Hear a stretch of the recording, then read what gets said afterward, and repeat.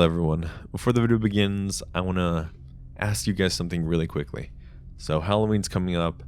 I would love to see some comments down below and just tell me something you would like to see on the channel for Halloween. Something that would be interesting. I'm going to go through them throughout the week and find the best one, and we're going to try to make it happen, okay? Alright, let's start the video.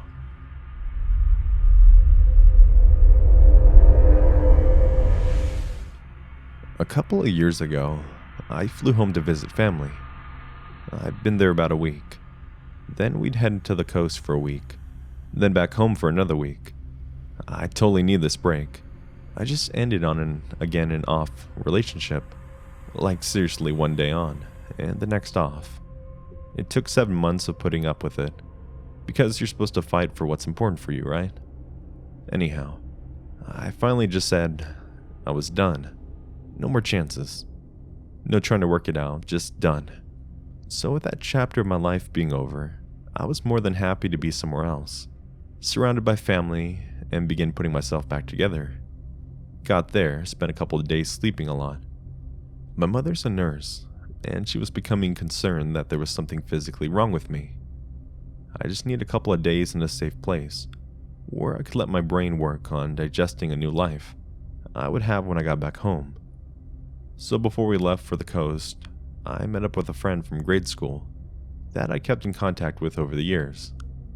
I thought it would just be he and I, but it didn't really faze me that another person was there. We hung out for a while, and then I needed to head back home, because I had to take a backwoods rural route to get home, or take a different route that would add another 20 miles onto the trip. Being backwoods, I needed to be able to keep an eye out for deer. So I said goodbye and told Saw that if he ever needed me in my neck of the woods, just look me up and we'd grab a drink and hang out. I told him to grab my number for my friend, and out the door I went. About halfway home, I got this weird, queasy feeling in the pit of my stomach. So I slowed down, way down, and sure enough there was a deer in the middle of the road. Because I had slowed down, I could see another car out of the road. I couldn't shake the queasy feeling, so I figured it would be better to cut off and go down the main road, because there was more places to stop. I seriously didn't want to stop in some rural farmer's driveway. I've watched too many movies to make that mistake.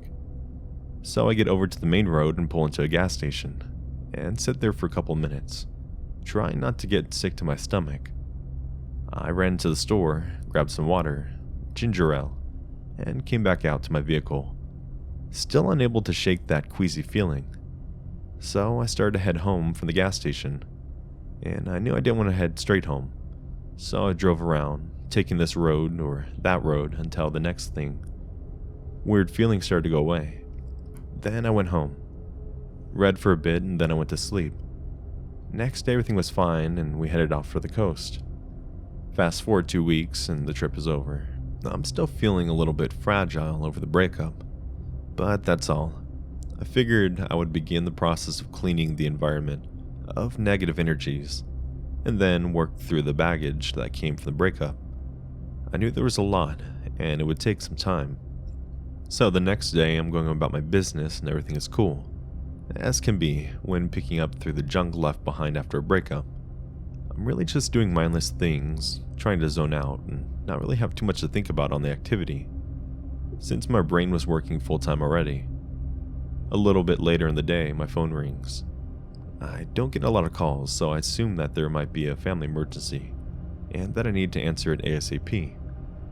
The area code of the caller, who is not in my contacts, is the same as my cousin, so I answered it without a second thought. On the other end was Saw, the acquaintance I met at my friend's house. It's a little weird to have him calling me, but I'm not thinking that anything is terribly out of the ordinary. I asked him what's up, and he said that he was at the airport. I still find it a little odd, but I said, "Oh, that's cool. Where are you going?" He said that he had already landed. Again, I'm distracted, and really just want to get him off the phone, so I can go back to my mental sidestep, and zone out while my brain chugged away. So I said that I hoped he had a good time wherever he was. He said that he needed me to pick him up. Wait, what? Did you say you needed me to pick you up? Yeah, he replied. I came to visit you. I paused there for a second. I know for a fact that I didn't show any more interest in him than general courtesy. Even the tossed over the shoulder, look me up comment was one of those polite things to say, because you never actually plan on seeing them again.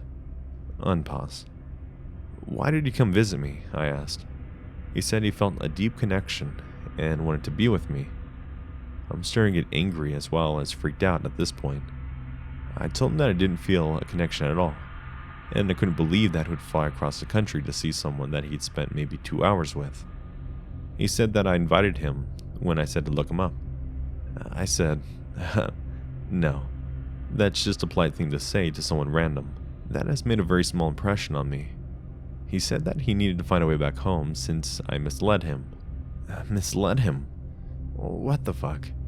Look me up if you're ever in my neck of the woods, has led to him thinking that I was biased for any sort of encounter that was meaningful. He said that he needed a place to stay until he could get enough money for a plane ticket back. I said there was more than enough hotels that he could stay at while he got himself sorted out. He said that he didn't have any money after buying the random one-way plane ticket. So at this point, I'm flabbergasted, angry, and freaked out that someone would do that on a one-way ticket. I finally caved and said that he could stay the night, while he sorted his shit out. But I expected him to be gone no later than the morning of that day or after tomorrow. So I bring him back to my place, throw pillows and blankets on the couch, and turn to head to my bedroom. And he asks if he can sleep with me. I'm like, no. Actually, no fucking way is that going to happen.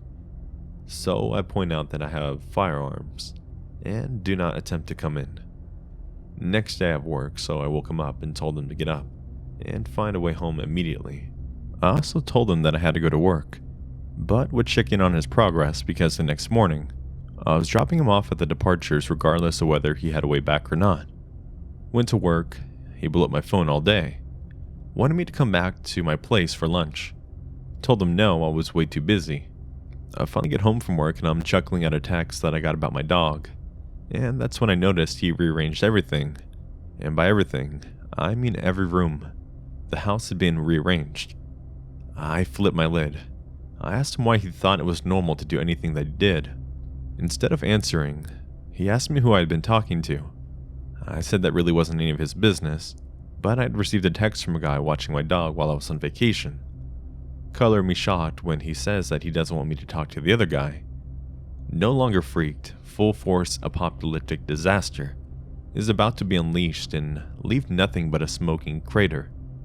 The temperature drops to about 10 degrees, and I very calmly said to get his shit, and I was calling a cab to take him to the airport because he's fucking psycho. Side note, full rage had been achieved when it feels like the temperature drops, and I speak very calmly.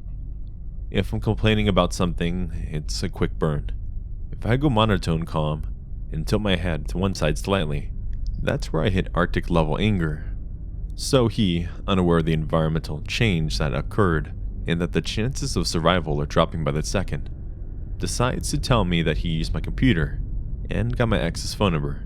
They both agreed that I was just heartless. We're fast approaching the epic scale disaster, and he finally seems to notice how deep into rage I had sunk. I told him it's unlikely that he'd gotten into my computer. I told him he had 3 minutes to get his stuff and get out, or I wouldn't be responsible for what would occur. So, still yelling insults at me, he gathers his stuff and leaves. I used to get calls and texts from him. I block one and 6 more pop up, but eventually they stopped. Till this day I have no idea nor interest in knowing where he's at or if he made it back. So crazy dude who would hop on a plane with a one-way ticket based on a random polite comment. Let's not meet.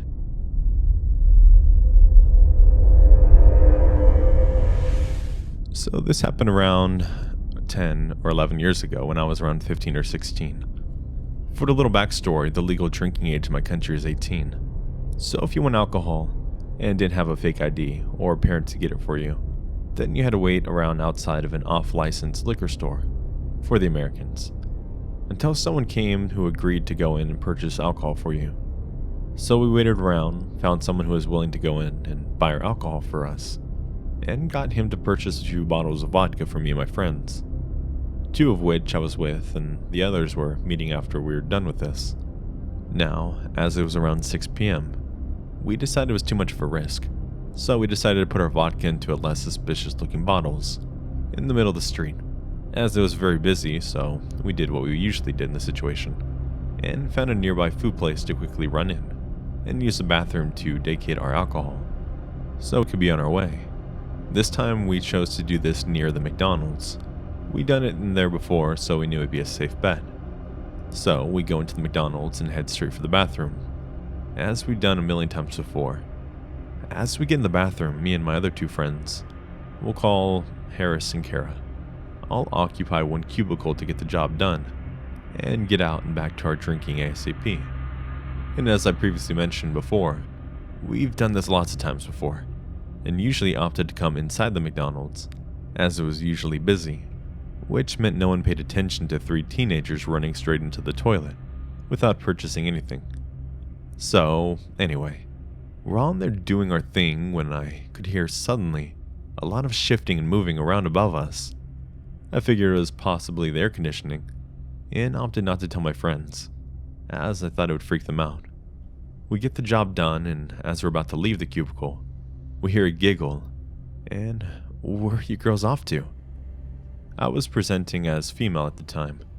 I looked up and see the forehead and eyes of a male looking at us, who seemed to be about 30, just staring out from underneath a tile on the ceiling that he'd slightly lifted. We were all in shock and just staring at the guy, who proceeded to giggle down at us and ask our names, where we're going to, and if he can come. We're all in shock because, let's be honest, who really expects there to be some random guy in the ceilings of McDonald's?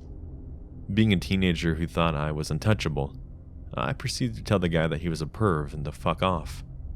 The guy seemed to enjoy this and giggled a little more, still shifting around the ceiling, never taking his eyes off of us.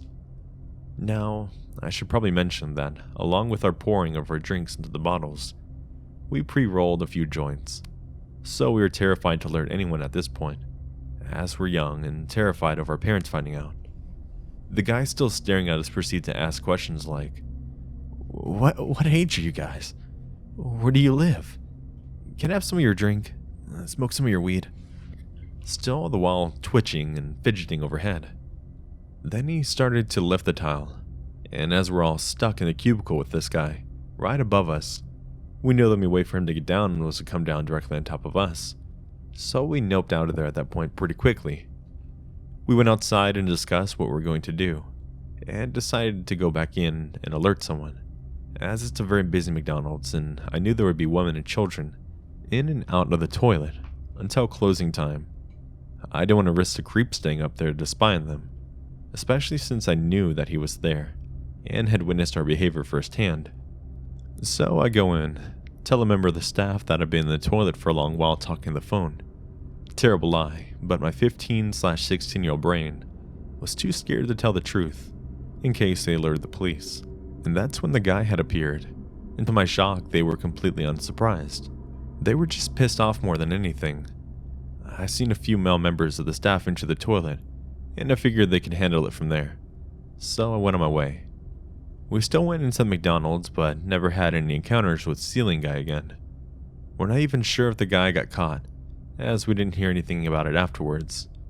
So to the creepy guy in the ceiling watching the girls' bathroom, with a bird's eye view. Let's not meet ever again.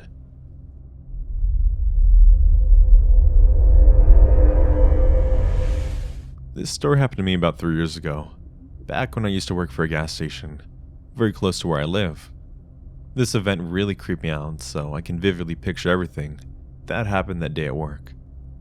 I had went in for my shift at around 6 p.m. that day. Our gas station was open 24/7, so some days I would end up working till around 1 in the morning, getting stuff done. The first half of my shift was nothing out of the ordinary. They had put me on the floor shift instead of working in the kitchen, so I was mostly just cleaning up the store. Every now and then we would get a lot of customers at a time, so I would have to cash them out and handle the register. but that was just a normal thing. After some time, I had stocked the coolers, cleaned up some dishes, and finished up some other tasks as well. Actually, it was a very easy day. That was all up until around 12 p.m. I can remember that at the time of her first arriving, I was just finishing up cleaning the kitchen. We normally close the kitchen around 10:30 every night, but the person on kitchen staff ended up doing a horrible job of cleaning up. My manager put me back there just so I can tidy things up and clean the machines. I was just about to take my gloves off when I saw an elderly woman with a book bag on enter the store. I normally don't stop what I'm doing to look at customers who come in, but there was just something really off about her. She was walking with this very awkward limp and had her hood up. That alone would have raised some concerns, but from the first 20 seconds that she was inside the store, her head was facing towards the ground. She made a loop around one part of the store, then went up to the counter. She looked up at my manager and in almost a whisper goes, "Can I use your telephone, please?" After this, I thought maybe she was just homeless and was calling someone for a ride, so I just shrugged it off. I had made myself a flatbread sandwich before closing up, so I went behind the counter to eat it before I went back to work. Every now and then I caught myself looking at her on the phone, and I realized that she had her back turned to both of us and was speaking very quietly. The creepiest part was that she kept looking back at me. She would talk on the phone inaudibly, then whip her head back, stare at me for like 3 seconds, then turn around and go back to talking. This made me super uncomfortable. After she got finished using the phone, she went behind me in the counter of the store and just sat down. That was the first time I had ever seen someone just sit down in our store. At this point, I'd finished my sandwich and went into the back to grab our floor scrubber because it had been a while since I cleaned up the floor. When I came out, I was directly across from her, and I could see her staring at me. She wouldn't take her gaze off of me. Everywhere I went through the store, I just felt her eyes peeled on the back of my head. I stopped the scrubber for a moment and decided I should stock some of the drinking cups because one of the slots was completely empty. I looked back at her, and she was still looking at me, but this time she got up and went back to the counter again. She looked up yet again at my manager and asked if she could use the phone. The eerie part was that she kept doing that thing where she would talk on the phone, look back at me, then walk around and continue talking. She didn't even grab her stuff or anything that she had on her hood at the time. She just kept awkwardly staring. I obviously had to continue working my job, but I got really worried about who she was talking to on the phone and why she would stop looking at me while talking to them. I got back on the scrubber and she went back into the corner of the store to sit down. I was making my way up the aisle towards her when I got a really good look at what she looked like. Her stare gave me chills. She had really big eyes, and they looked very dark. They might have been very dark brown, but to me they just appeared black. She still had her hood up, but she was just sitting there staring at me. Now it's normal for a person to look at someone when they're coming up to you, but I was literally around 10 feet away, and she was just staring directly at me for like 5 seconds. If you've ever seen in the horror movie Drag Me to Hell, she looked like the old woman from the movie. I quickly looked at the floor and continued scrubbing past her. After what seemed like forever, I finished a small bit of the floor in the area and made my way back to the store. I was halfway there when I heard the rustling off of a book bag and realized she had grabbed her stuff and walked out. She did so quickly it startled me. As she walked out, I looked through the window and realized that there was no car there to pick her up. Whoever she was talking to on the phone was obviously not her ride. She was just walking all by herself on the road.